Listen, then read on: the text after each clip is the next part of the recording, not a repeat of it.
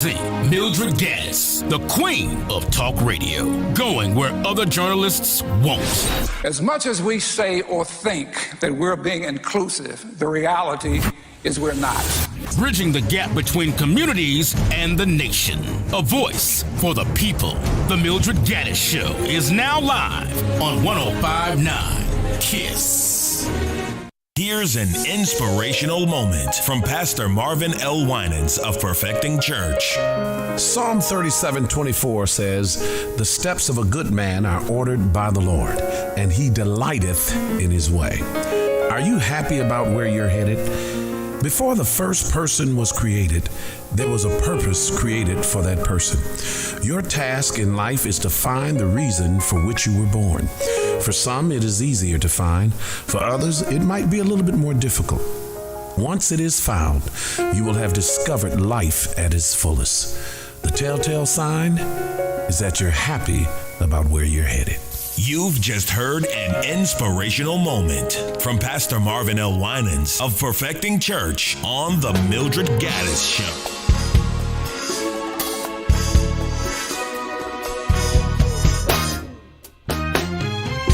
I still believe in marriages made in heaven, and that love will conquer all. I've been hurt, but not deceived. Regardless to what has happened, I still believe. Still believe. The Mildred Gaddis Show is now live on 105.9 KISS.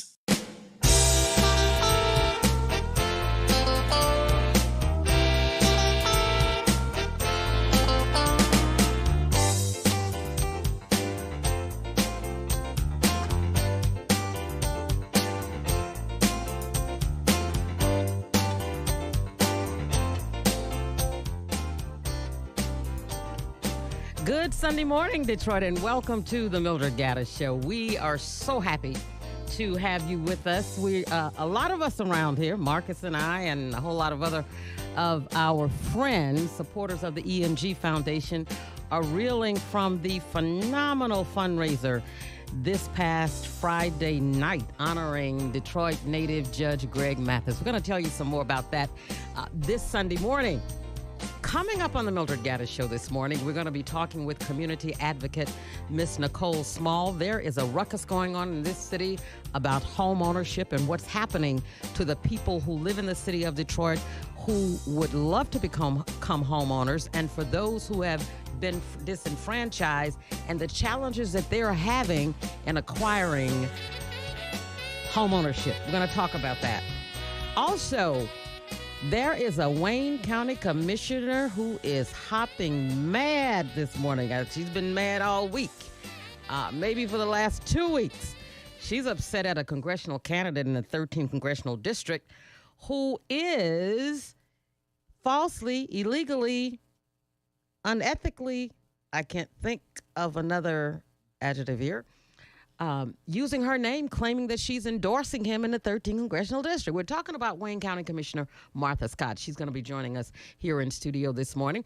Judge Greg Mathis is going to be joining us here on the Mildred Gaddis Show this morning. Also, what else is it, Marcus? What else? Oh. We've got a little open line we're going to throw your way this morning. We had such a great time last Sunday when people just talked about things that were on their heart and on their mind. So we're going to have a great time here. We're here until 11 o'clock this morning, and we're certainly going to take advantage of that time. But let's get to this first segment of the Mildred Gaddis Show. This is the Mildred Gaddis Show. The streets are talking. Well, I got something to say. The streets are talking, but y'all ain't listening. What the streets talking about then? The streets are talking, y'all, and Mildred is listening.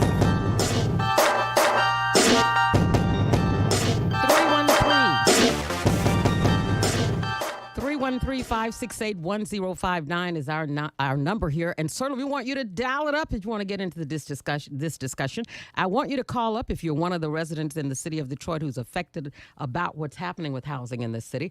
First, we want to say good morning to our Facebook Live family members, Sharon MacArthur Pannell, Denise Floyd, Janet Overall, Listen, I got to take a moment here because last Sunday was record breaking in terms of our family members on the Mildred Gaddis Show Facebook Live who not only chimed in, listened, liked the show, but a great number of you shared the show as well. So I want to say good morning to you this morning. Derek Michael Hughes, good morning to you as well. But, I'm sure you all remember when we learned that Detroit homeowners had been overtaxed.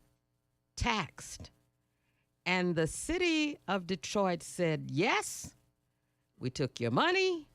We're not giving it back.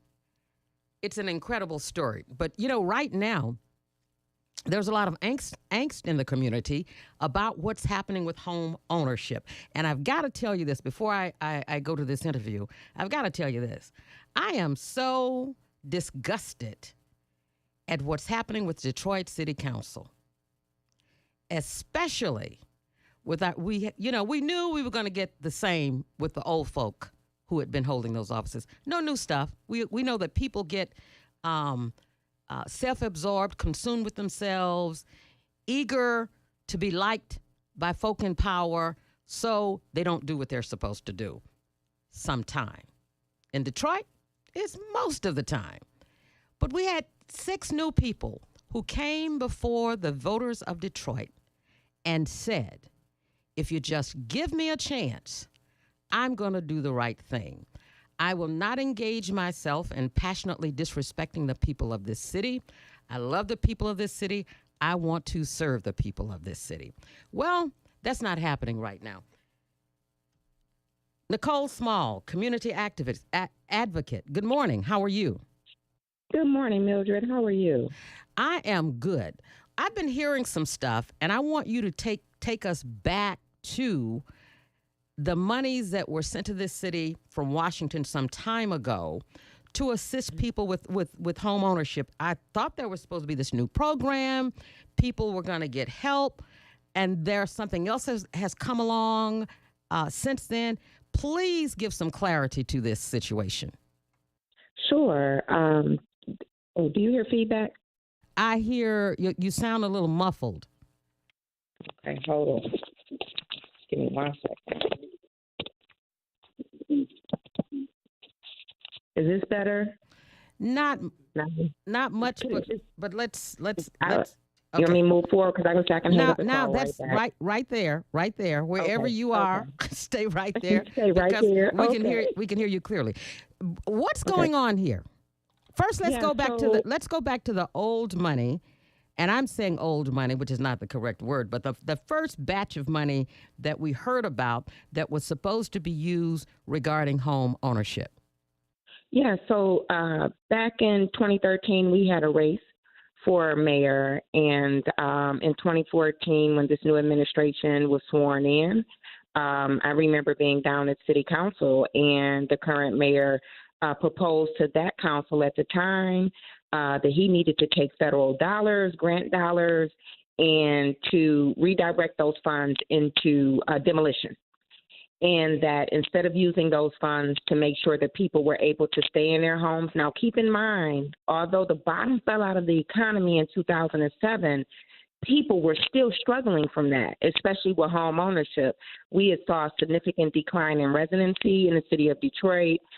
People were being pushed out at a high rate due to being overtaxed on their homes. They just simply couldn't afford it, in addition to a lot of people losing their jobs. So there were a couple of different moving factors at the time. But for the mayor to come in and say tearing down homes was going to take precedence over making sure that those dollars, which they were purposed for and appropriated for to help people stay in their home, to me, we had some issues prior, don't get me wrong, but that's really where Detroit started going down a rabbit hole. And so from there were programs commitments that were made to the citizens of Detroit, one being this new home buyer program that the mayor proposed. And what was supposed to happen there, Mildred, is that people would go through a process to get their credit up to par, There would be assistance with getting down payments.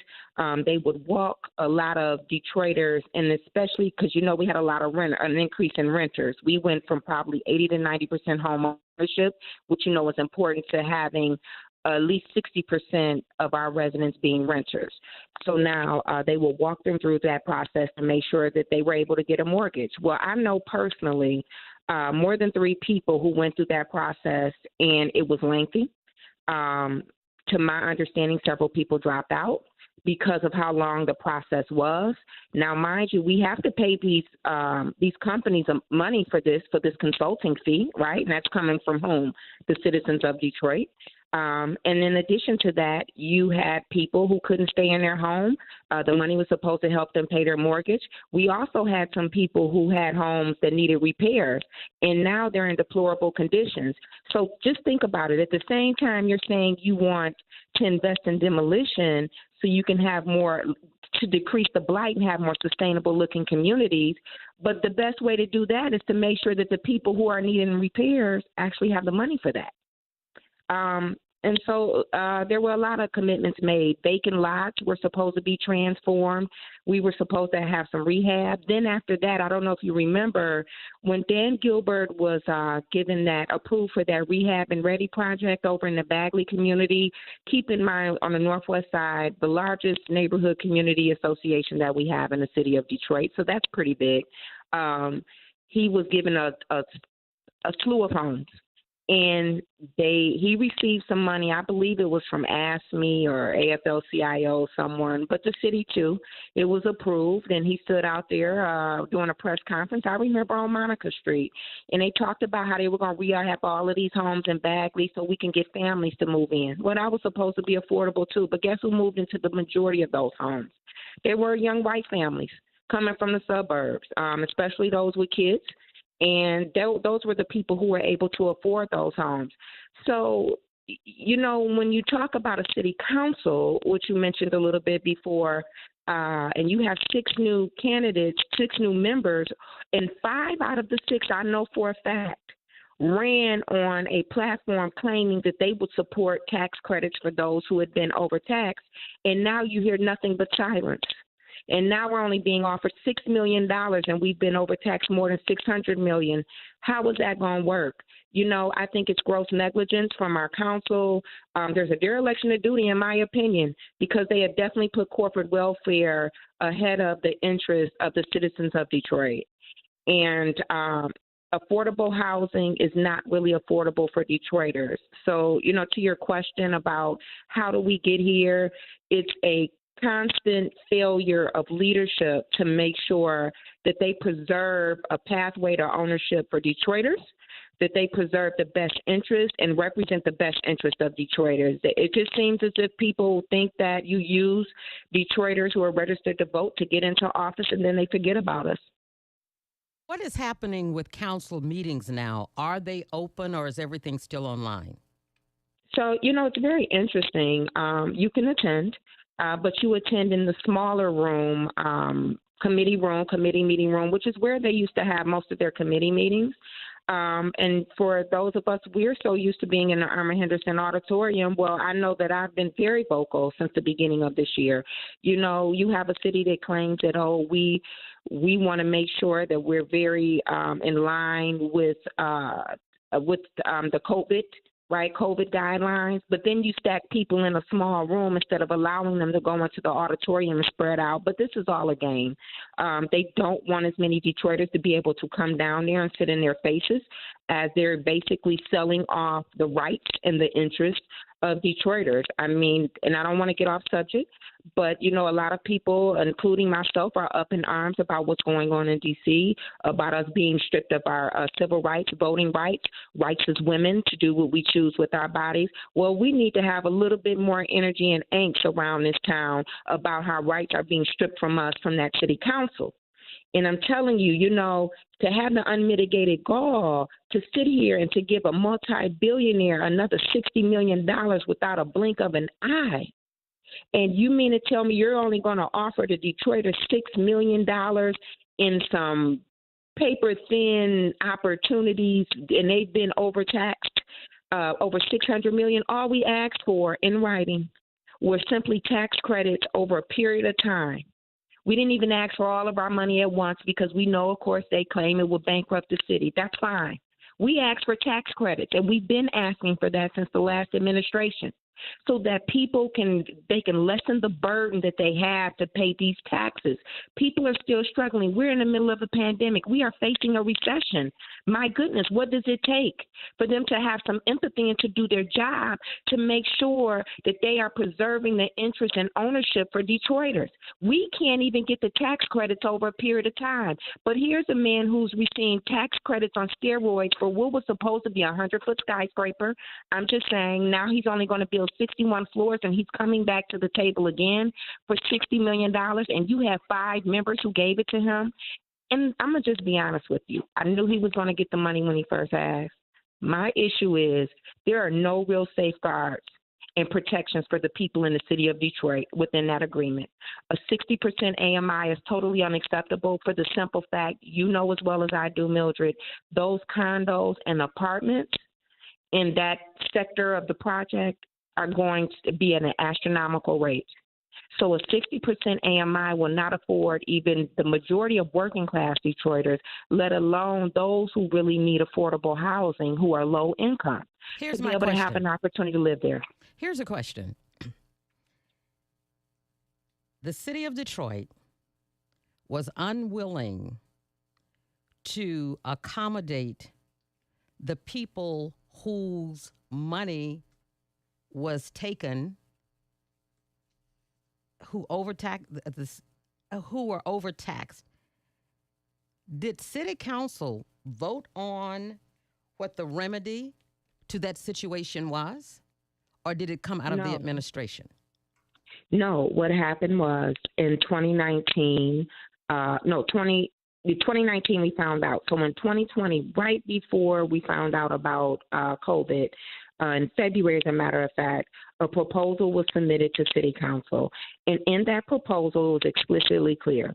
It said, for instance, if you were overtaxed $8,000, Mildred, on your home, you asked for maybe 25% tax credit every year of that $8,000 over a period of time until it was exhausted. And that will go straight across the board for everyone who still owns a home in the city of Detroit. For the other people who had been forced out of their homes illegally due to being overtaxed, we said sell them a property off the land bank for $1. That shouldn't be a problem, seeing how you gave Dan Gilbert Campus Marshes for $1. I think that's more than fair. And create a program of where you would help supplement the rehab costs. You have all of these other programs that claim they want to help people buy a home. Put some money into a fund to help supplement the rehab costs, right? That's all we asked for. That's all we asked for. And so they claim they never voted on it. It was bounced from the committee of the whole back to the committee, the subcommittee, economic committee, back and forth, and nothing was ever done. You know, I'm I'm blown away, and I'll tell you what, I'm blown away by the fact that I think most Americans understand that in this country, wealth in many communities evolves as a result of property ownership. Not the lottery, not some of these other streams and avenues that other people have access to. You know, in the South, they used to say a black man ain't free unless he owns some land. You know, and we know we know how valuable that becomes over time. So what's happening here is people are being locked out of the opportunity to become property owners because of these rules, because of the missteps of the city of Detroit. And the fact that you don't have city council members, let's say this.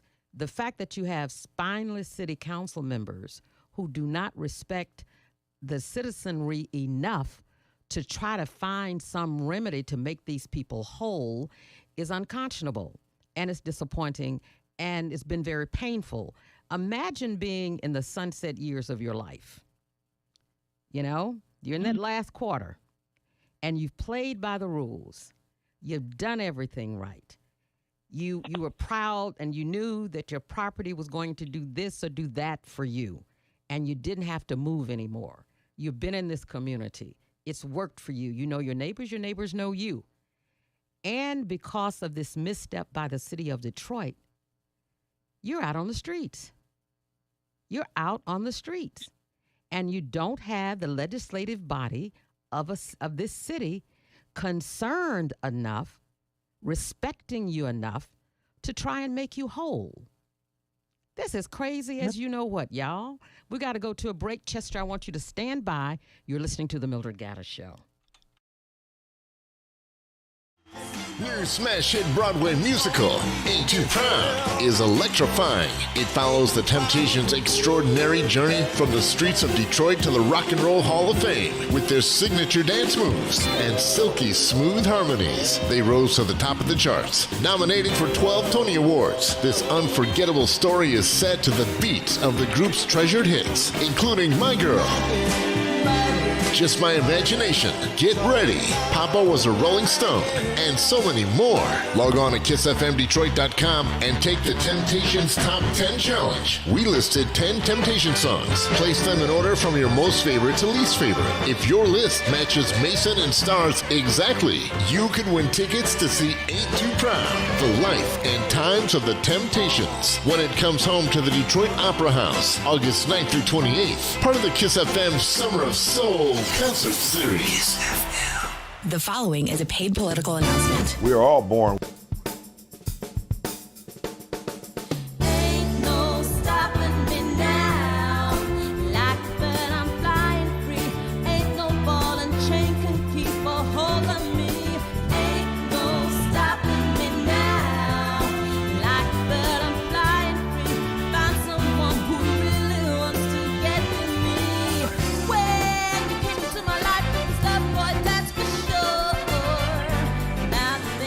Bad.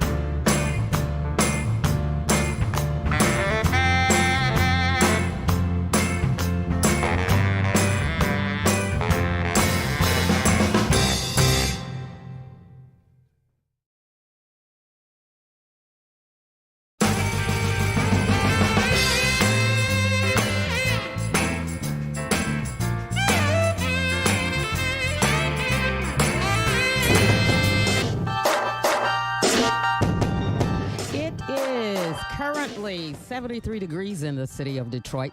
We're expecting a high today of 87 with clouds and sunshine, 70 tonight. Tomorrow morning, partly cloudy skies, thunderstorms developing later in the day. And we're going to have a few small gusty winds.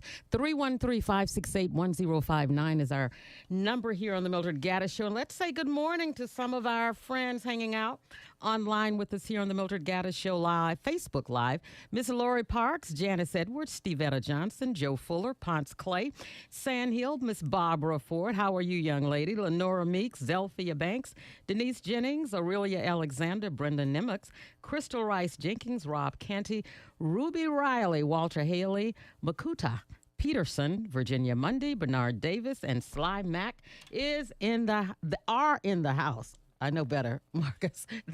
They are in the house. Hi, Chester. You're on the Mildred Gaddis Show with Nicole Small. What's up? Good morning, Ms. Gaddis and Ms. Smalls. I want to piggyback on what Ms. Smalls is talking about because this goes further than 19. You have to remember when the elderly people were losing their homes about 16, 17, 18.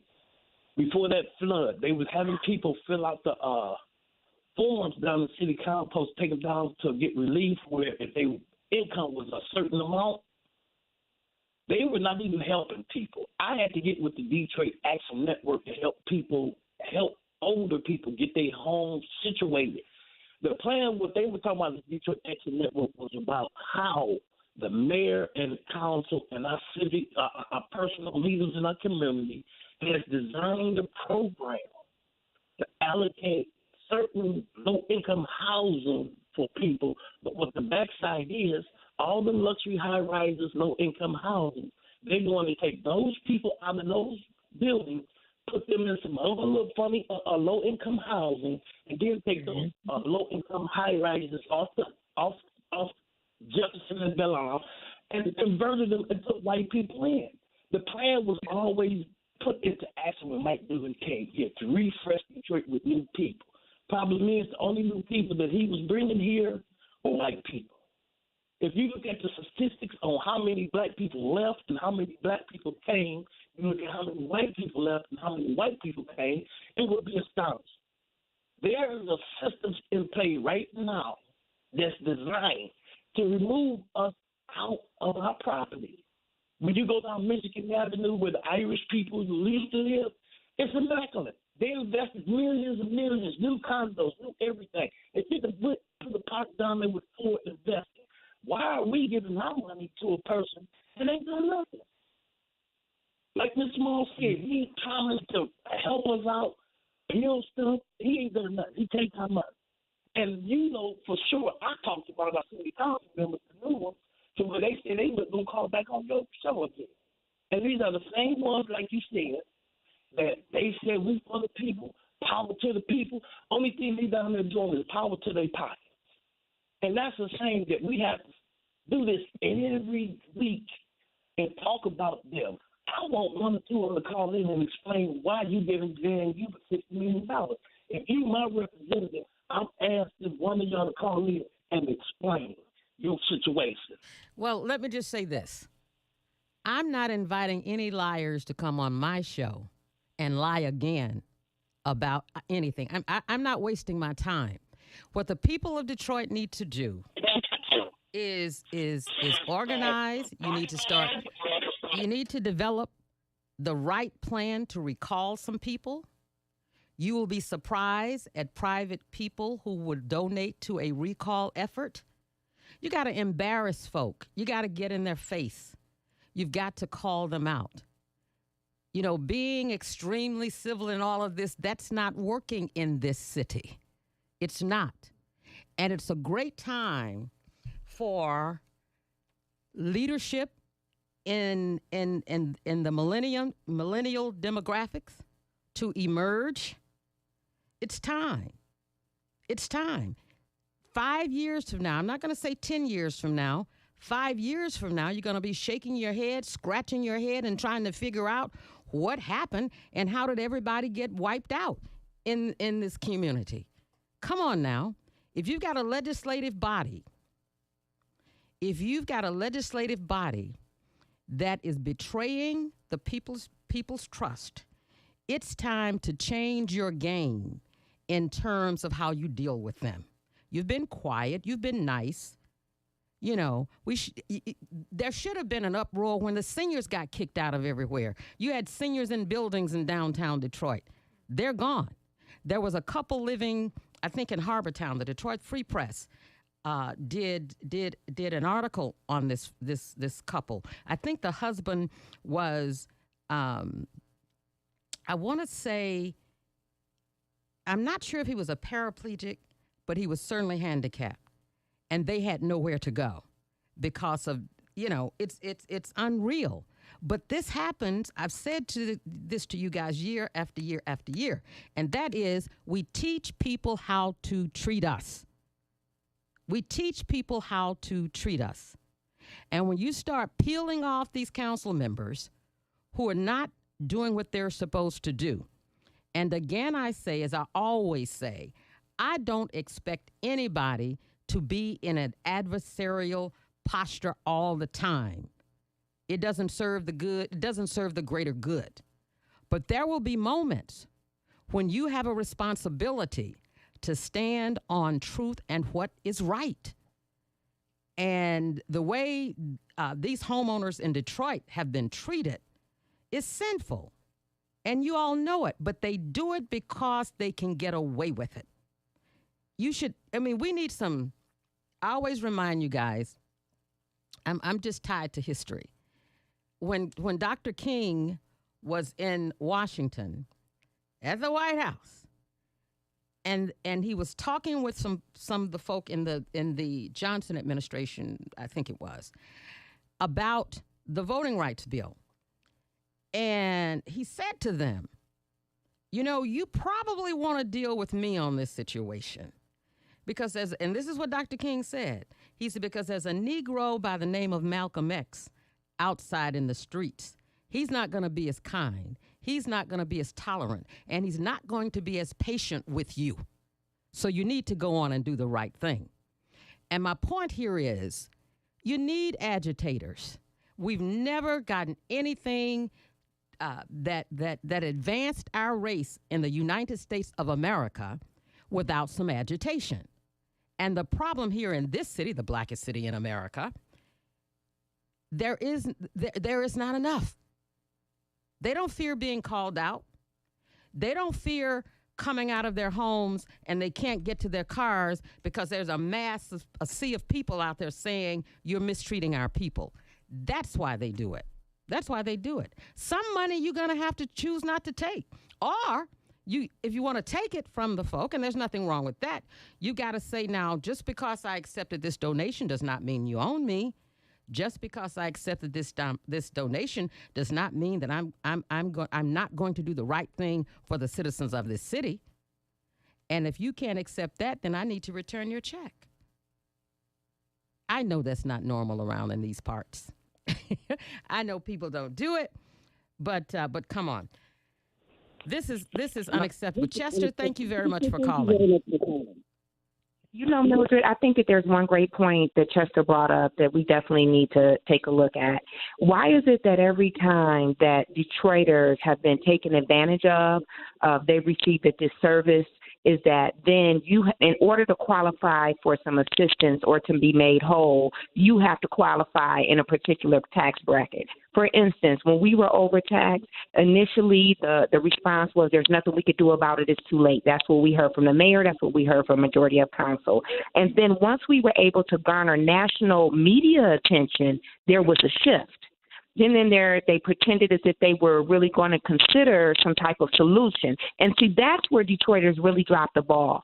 We had national media attention around us being overtaxed over $600 million, and we have allowed for council to just wait it out and let it blow over. And I say that because what we were offered by the mayor is an opportunity to go purchase another property for 50% off. Well, if you overcharge me anywhere else for any other service I receive, then you know what? I get a credit if I don't get cash back, right? And so now that's what they're doing, or you can go and you can apply for the HTAP, which you have to be within poverty guidelines in order to qualify to get some assistance on your taxes. That's not fair. There's a huge disconnect with the mayor's administration and what seems to be the city council about the reality of the lived experience for Detroiters, because there are a lot of people who homes flooded. Let's take that for example, who don't qualify for in the poverty guidelines, who need assistance. You might have two working class people in a home with two incomes. They can't afford to clean out their home properly and to replace everything that was lost. And the insurance isn't going to do anything. There is a disconnect about the lived experience about the average Detroiter from both the mayoral administration and the city council.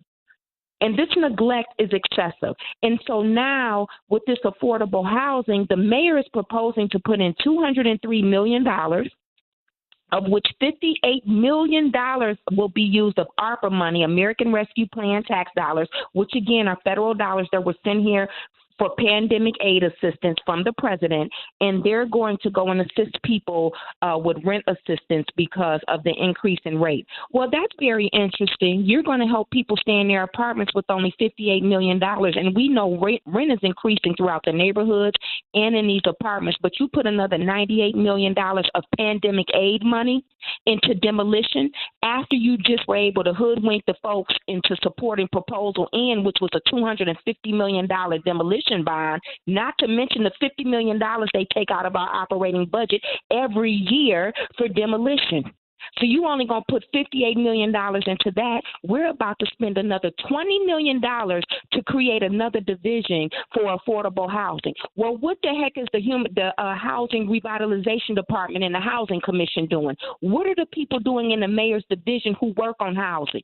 Why are we creating another department? See, this is the same game that they just played with us over a year ago to get that Proposal N passed when they knew everyone was ticked off about the land bank. So you know what they did? Created a doggone demolition department in the city of Detroit. Well, how was that doing us any good? Because now you took $98 million of our pandemic aid money. Jerome? See, people seem to forget what is happening here. And now we're going to spend another $20 million on that. Then they're going to take another $20 million out of housing revitalization, claiming that they're going to find 10 apartments to rehab. Listen, we've been sold this bill of goods several times before. And guess what else they're going to have in this program out of the $203 million? They're going to have another home buying program and help people with down payments. Didn't I just explain to you how we were told that? Say it ain't so. Jerome, I'm glad you called. Yes, we've been saying for the longest that this mayor and this city council need to be replaced. Every single move seems like he needs to be investigated for the loyalty to the Democratic Party, because all of his decisions have been Republican-based. Every single one, including 20 years ago when he signed checks out of our children's billion-dollar bond money to outside contractors, putting out of work all of these Detroiters, the parents of the students and the relatives of the students. He didn't advocate 20 years ago that black children or black people have the same representation in the system as white children or white people then, and he's not doing it now by taking away from your libraries and all these tax captions for all these billionaires. And me personally, I've had some personal situations. The land bank has broken into several of my properties, and there's evidence of it. And they call me and say they're going to try to make me whole and all these other kind of excuses. But all they do is support Republican agendas. No crime prevention programs, not one comparable to green light or shots fired or facial recognition. Not even in front of the president. The president told our mayor and our police chief in a national interview to spend the money and spend it now for crime prevention and gun control. They haven't spent one dime comparable to any of these other programs to help our children or to save our children. What's more important than our children? Thank you so much, Jerome, for calling. It just occurred to me, and probably, what we need in this community, and I know the work that Nicole and her team does. But there needs to be people, committees that are assigned to various, to monitor the conduct of each council person and report on that person. Would you all like to hear that on the Mildred Gaddis Show? Yes. I think you would. We need to assign a team to monitor each council person and their activity and what they're doing as it relates to the future of this city and the people they now claim to serve. Can I make a suggestion to amend that? Yes. What if we had a group to monitor each subcommittee of city council? Because that's typically where the fire starts before it comes to the committee of the whole. And we're losing in that area, Mildred. Because people are sitting on proposals that could have great or devastating impact on this city. Mm-hmm. You know, we've been hearing for more than a year that city council was going to deal with responsible contracting. You know, this foolishness, you know, grabbing these men off the street in the city of Detroit, these black men, paying them $15 an hour with no benefits. What's left after taxes? I think generally you lose about 40% of your money to taxes, right? Yes. I'm using the word lose. I say lose in terms of what you take home. So they're in these homes. We all know what's in these homes that are being demolished. They have no health care. And with benefits and salaries, their counterparts are making around $40,000 a year, $40,000 to $45,000 a year. And you have black city council people who promised they deal with that. So for more than a year now. So here, and Nicole is right. These proposals sit in committees so that they're never brought up for discussion or they are delayed for discussion. But we know that Gwen Thomas, what did Gwen say here on Facebook Live? She says, unacceptable. Just unacceptable. Wayne Griffin said, yeah, Malcolm said by any means necessary. Oh, well. Here we are, and here we, it was Frederick Douglass who said, here we are, and here we are likely to be. We shall not die out, nor shall we be driven out.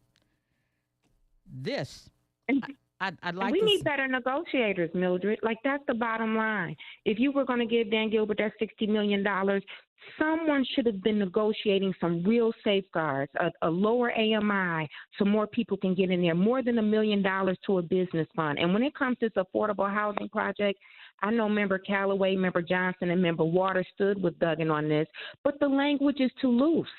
It is too loose. A lot of this rhetoric we have already been promised before, and we need some explicit language.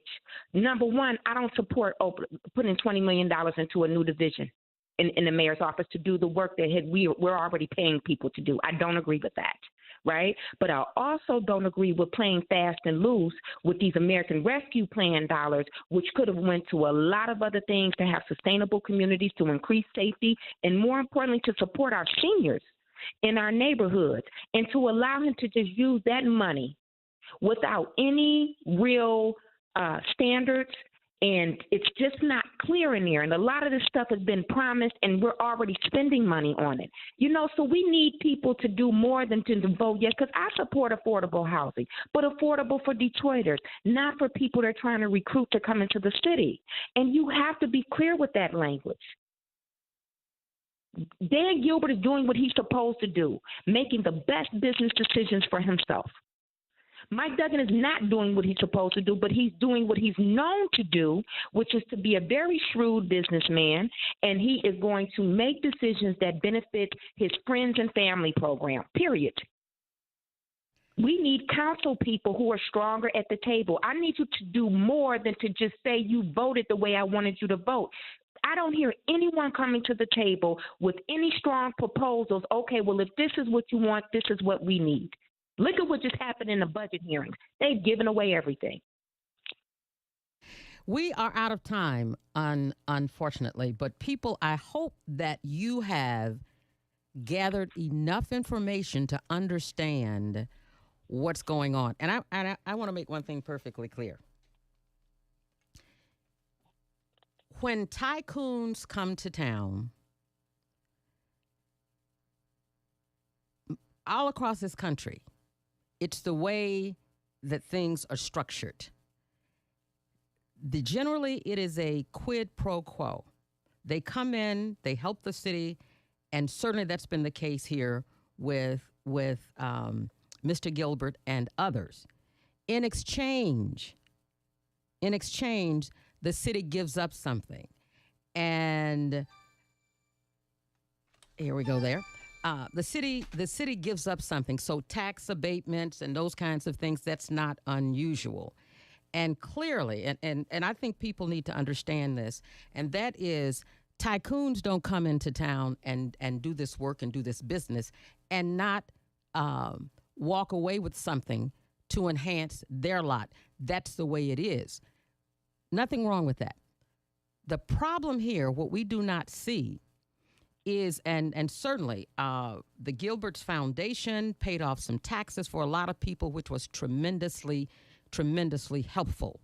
As Nicole just said, Gilbert did what he was supposed to do. That's the way the game is played.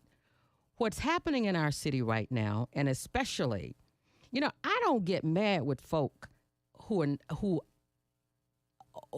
don't represent me or represent it. I don't get mad with those folk.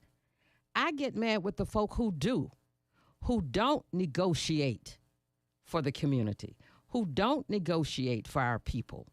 And when we look across this city and we see what's happening with our seniors, look at any bus stop, just drive down the street. You can see what's happening. And those, I'm going back to the spineless 9 -3 or whatever, here on city council, they're not negotiating. It was like when the Pistons came to town. We had a different city council then. One person's representative, for her, asked for box seats and some basketball hoops. Box seats at a basketball game and some basketball hoops. How does that benefit the city of Detroit in the long run? So my point here is there's a void in leadership in this city. There's a very deep void in black leadership in this city.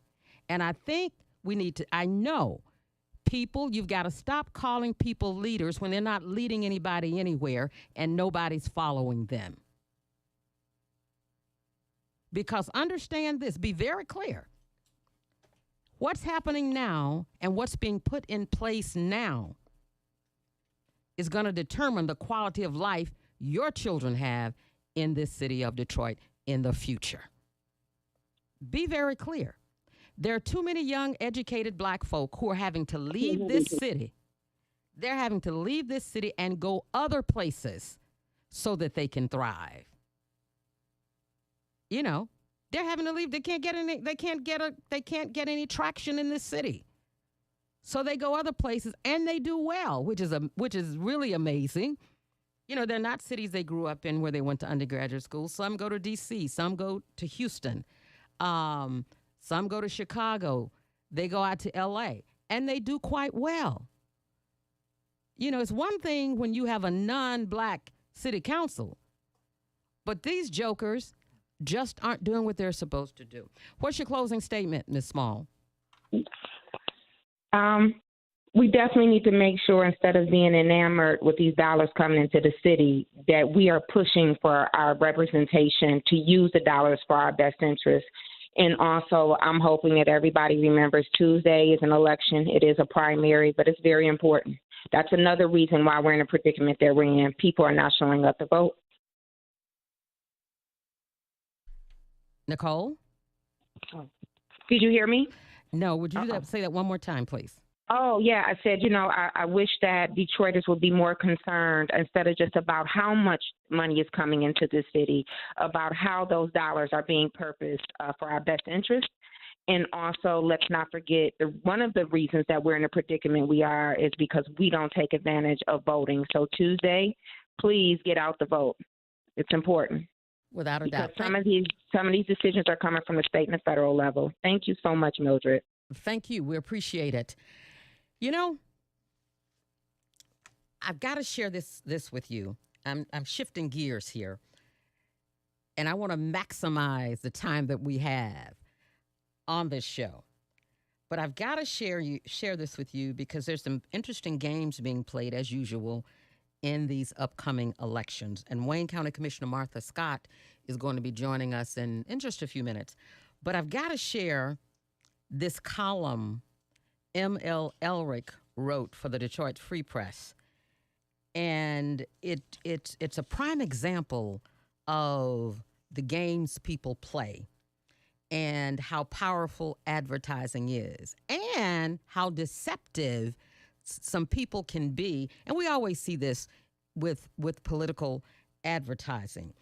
But this article, the headline is Big Money Pumped into Michigan 13th Congressional District Race is part of a tangled tale.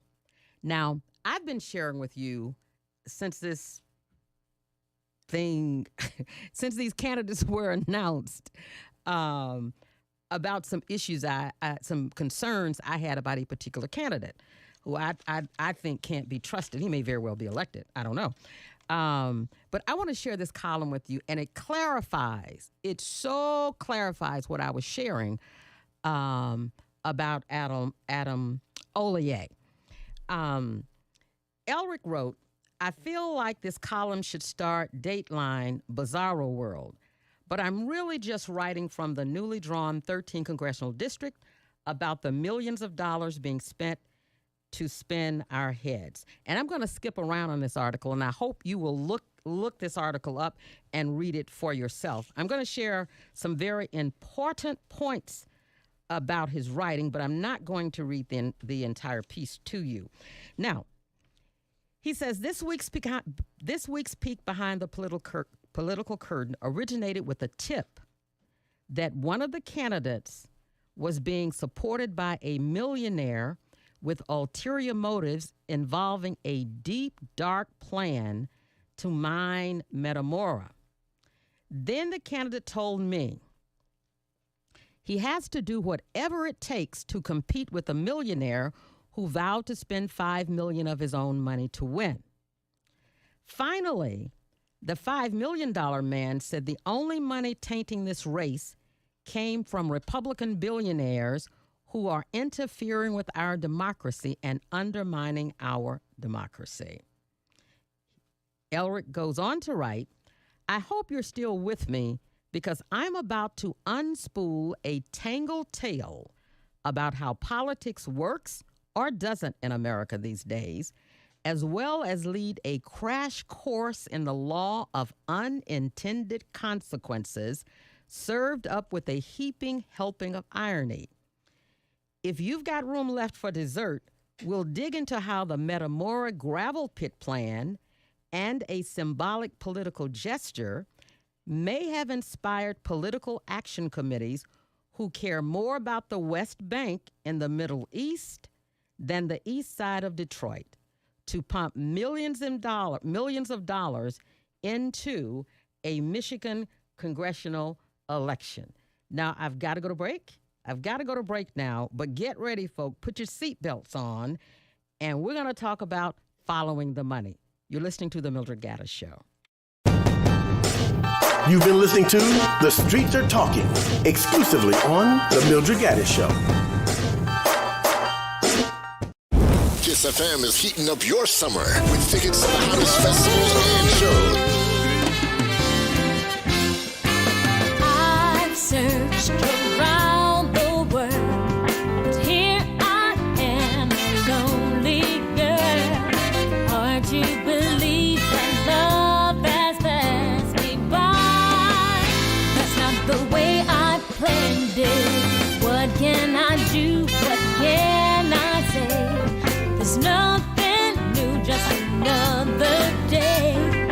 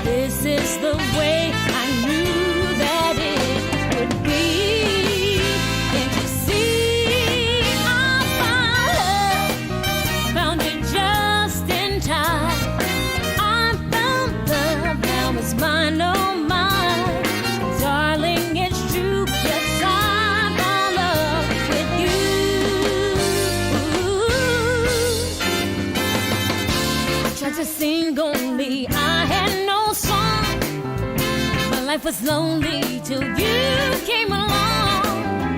This is the ending I hope I would see. Me loving you, darling, you loving me. I found it just that time. I found love and it's mine, oh mine. Darling, it's true that I found love with you.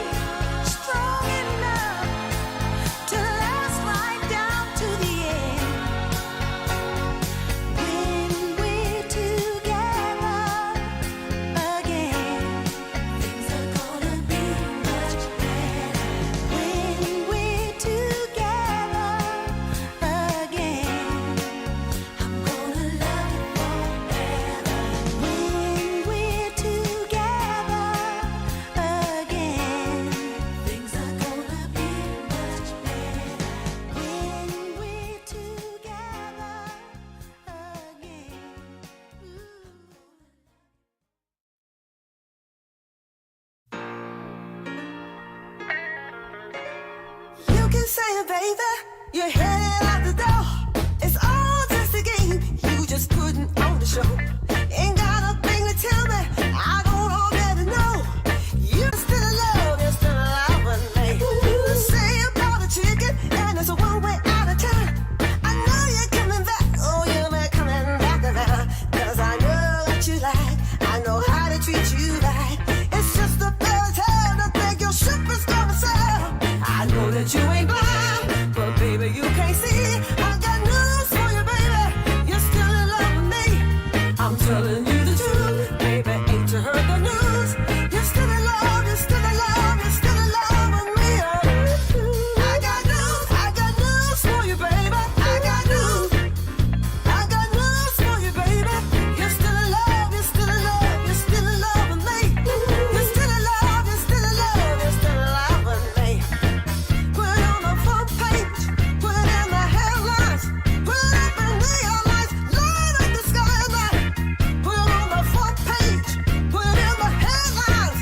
Put it up in neon lights. Light up the sky at night.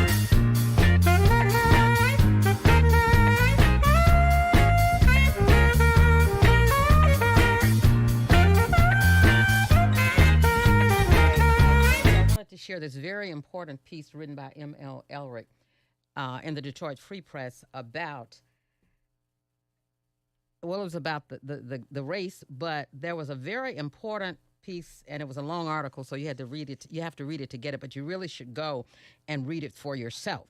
Now, he was talking about all the money that's being poured in, and Ollier talks about how when Tanadar decided that he'd put his own money in the race, he had to work harder, yada, yada, yada.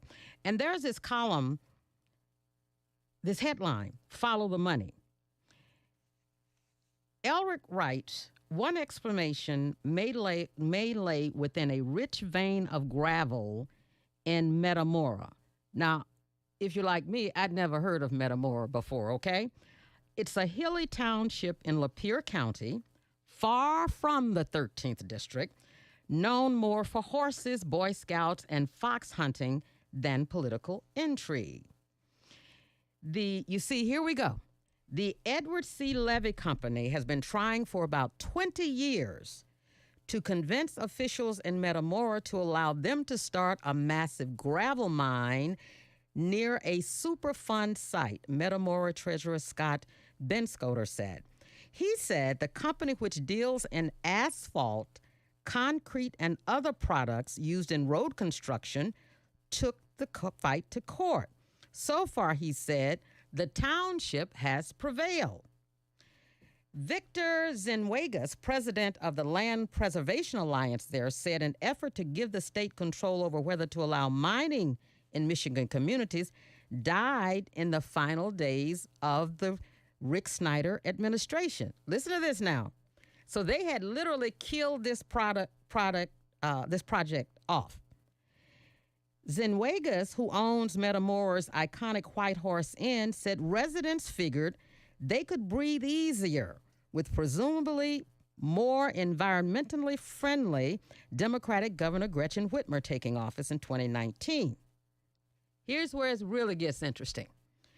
Out of the blue, Ollier comes in, he said, referring to legislation the senator sponsored in 2019 that would put state environmental officials in charge of mining decisions.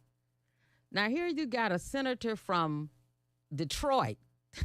Think about this. So let me finish the story. But what in the heck is he doing sticking his nose in the business of something in Lapeer County? But okay.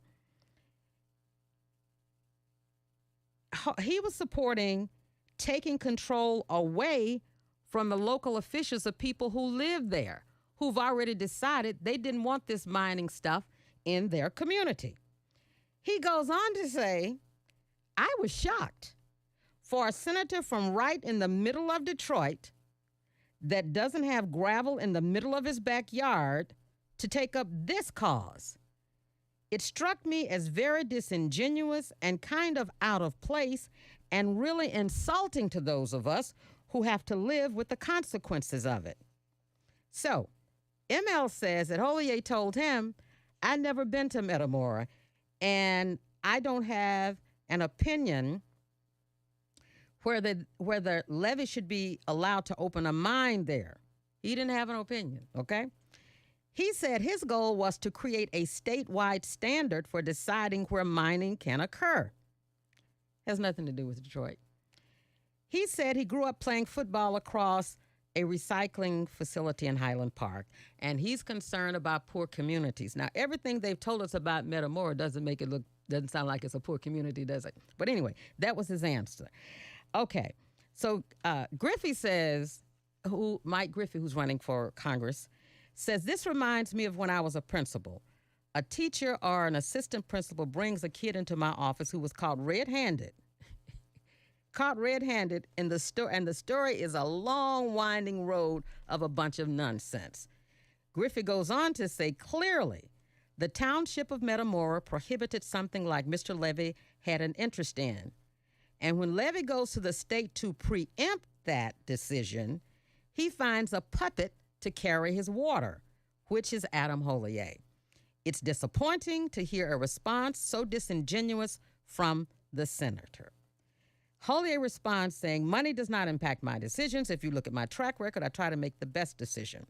Well, and I'm not going to waste your time with all the money that these people, these mining folk, have pumped into his campaign. And he's not the only one. There are Jewish organizations, which right now I believe he spent over $6 million. These people who are backing him have spent over $6 million for him to get this congressional seat. Y'all need to think about this. They spent over $6 million. And I want you to read the article because you'll be able to see point by point who these donors are, where they come from. So I've said, even the Republicans got mad at him. They said, "You don't have any business in this." You know, these folk have already said they don't want it in their communities, and Republicans voted against it. He was the only Democrat to vote to support this stuff. So this is who, you can't trust him. I'm just saying you can't. You just can't trust him. But anyway, let me just tell you this. So he goes further, and he started messing with somebody he really should not have been messing with. He sends out this flyer. Now, we all know that if you get a flyer and somebody's picture is on it with you, it clearly means you have that individual's support. You know it when you get it. And here's the other thing. When you send material out, people hold on to materials with photographs on them generally longer than they do anything else. I mean, the research shows that. So I'm going to read this press statement to you first, and then I'm going to have my guest on. It is very troubling that despite me telling Mr. Adam Hollier some months ago I was not supporting his candidacy for Congress for the 13th Congressional District, he nonetheless has chosen to use a photo of me in a campaign mailer without my prior consent or approval to create a false illusion that I was supporting his candidacy. Let me be clear.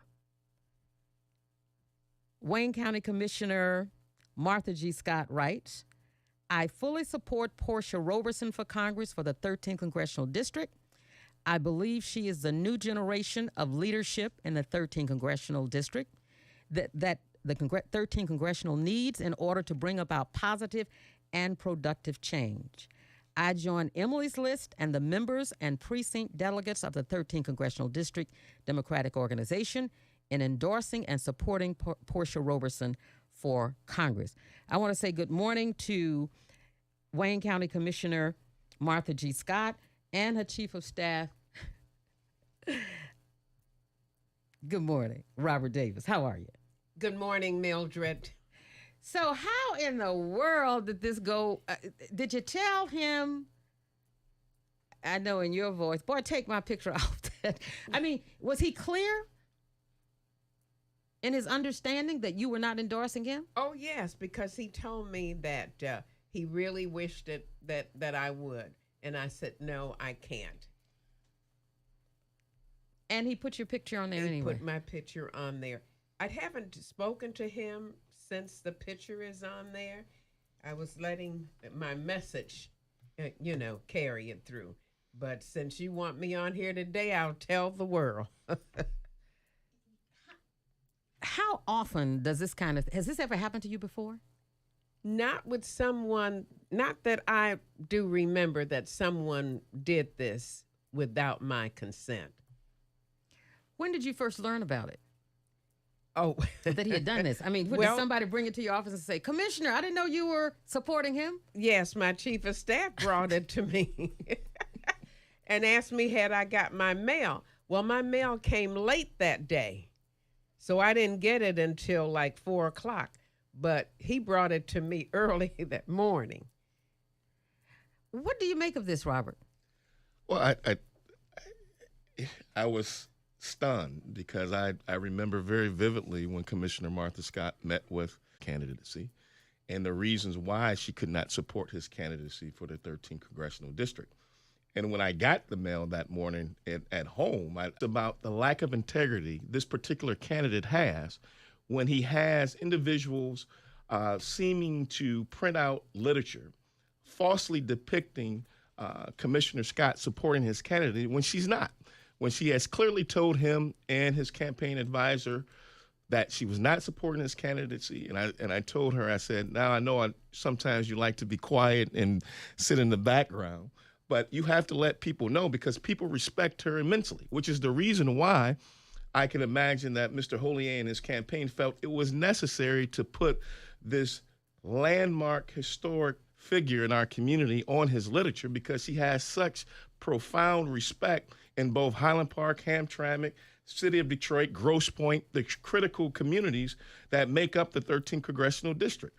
So that was intentional because the people in this district respect Commissioner Martha G. Scott based upon her years of service. I can't say the same about candidate Hollier based upon the depictions and the facts in which you just read from my former colleague, M.L. Elrick from the Detroit Free Press wrote in a recent article. But I felt disrespected by the fact that you would disrespect such a legendary figure in our community by falsely putting her picture on your literature in an effort to put up smoke and mirrors and falsely paint a picture to the community and to the electorate that this legendary figure was supporting your candidacy when she wasn't. Yeah, and I've been a member of Emily's List since 1995. When I ran for Senate, Emily's List came into my headquarters and supported me. So that's a long relationship. It's a long relationship. Why is it important to you for you to come on the air and set the record straight with the listeners? Because people need to know who Martha G. Scott is supporting. And I am supporting Portia Roberson. You know, I knew her dad, and I've known her, and I know the work that she's doing over at Focus Hope now, And so it's important to me because of my integrity. This is something that I've lived with all of my life, and that's how I have handled the political arena all my life. Are you concerned at all about how integrity has pretty almost disappeared in political campaigning? Yes, I have.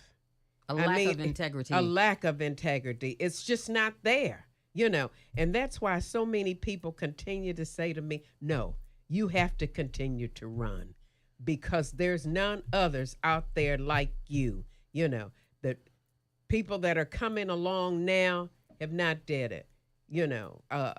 They don't have that same integrity and care for people, And so that's why I continue to run.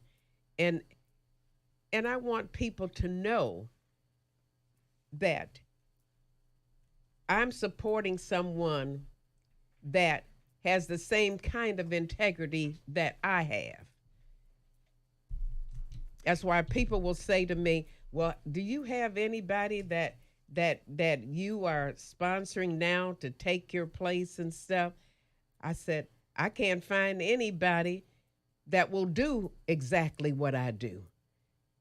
You know, I'm Mildred, the reason why I do what I do is because in 1977, I was appointed over 13 white males as Wayne County Commissioner.